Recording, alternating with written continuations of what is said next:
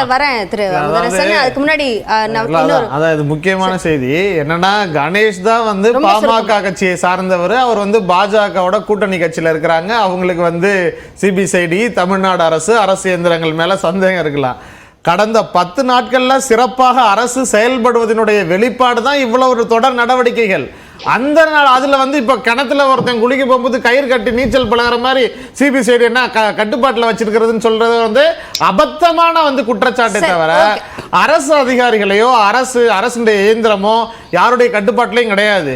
அப்படி கட்டுப்படுத்தவும் முடியாது. சாதாரணமா ஒரு போலீஸ் ஸ்டேஷன்ல ஒருத்தவங்க இருங்க, போலீஸ் ஸ்டேஷன்ல ஒருத்தவங்க மேல எஃப்ஐஆர் போடலமானால நீங்க கோர்ட்ல போய் டைரக்ஷன் வாங்க முடியும். எந்த காலத்துல இருந்துகிட்டு சும்மா பேசணுங்கிறதுக்காக சும்மா போற போக்கத்துல குற்ற சிபிஐ வரணும், என்னமோ இடி நாங்க ஊழல்லாம் அழிக்க போறோம், லட்சம் லட்சம் என்னுடைய நீங்க முடிச்சிட்டீங்க. இது என்னுடைய நேரம் இல்ல, இது என்னுடைய நேரம். இது என்னோட நான் டைம் வாங்கி பேசிட்டு என்ன கேக்குறாங்க, நான் பேசிட்டு இருக்கேன். அவங்க பேசணும்னு அவுட்றேன். உங்களுக்கு அவங்க தனியா டைம் தராங்க, சும்மா வளராதீங்க இருங்க. அதாவது என்னோட டைம்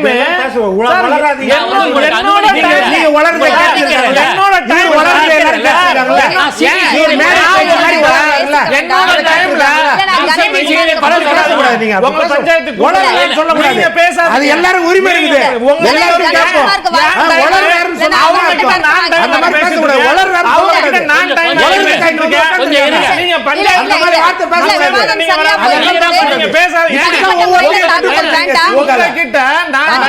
பேசிட்டு இருக்கேன். அவர் எதுக்கு உங்க இடையில பேசிட்டு இருக்காரு?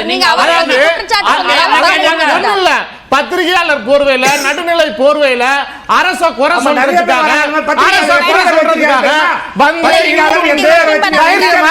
தைரியமா அந்த அடையாளத்தோட வாங்க, தைரியமா அந்த அடையாளத்தோட வாங்க.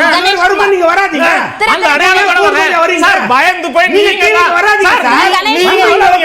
நீங்க சொல்லுங்க. தைரியம் இல்லாம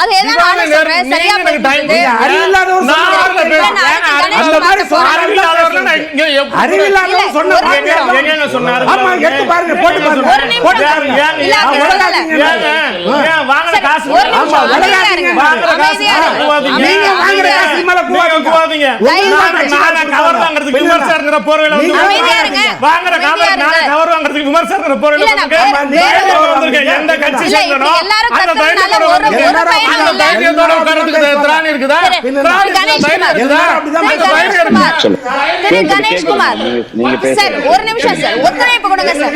அடுத்த சுற்று வாய்ப்பு வரணும்னா நீங்க கொஞ்சம் அமைதியா இருந்தா தான் விவாதத்தை எடுத்துட்டு போக முடியும்.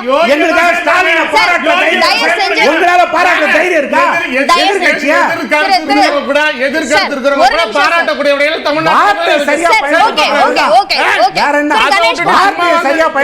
நீங்க பஞ்சாயத்து பண்ணாதீங்க. தயவு செஞ்சு பேசாம இருங்க. கொஞ்சம் ஒத்துழைப்பு கொடுங்க தயவு செஞ்சு. நேர்மை இல்லாம சொல்லலாம். நேர்மை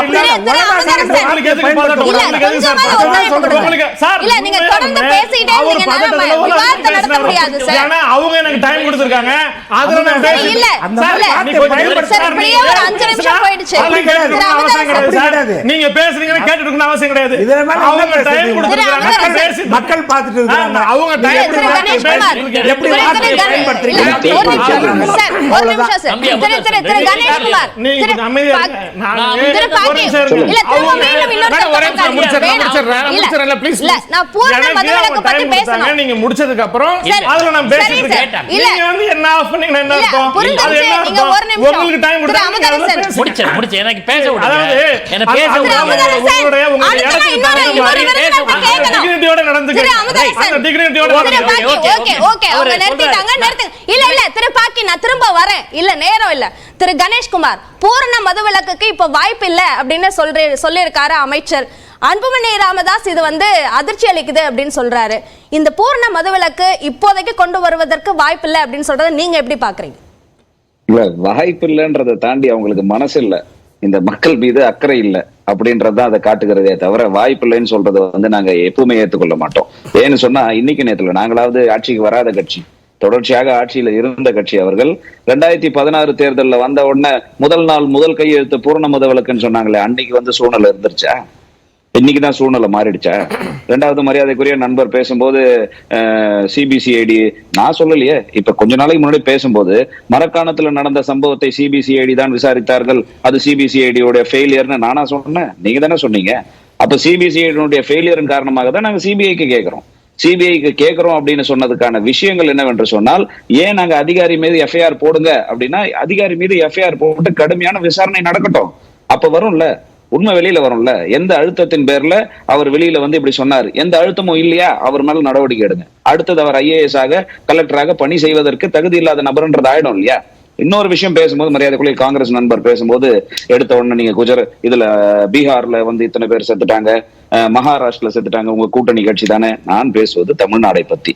சரி, நீங்க சொல்ற கூற்றுப்படியே வச்சுப்போம்.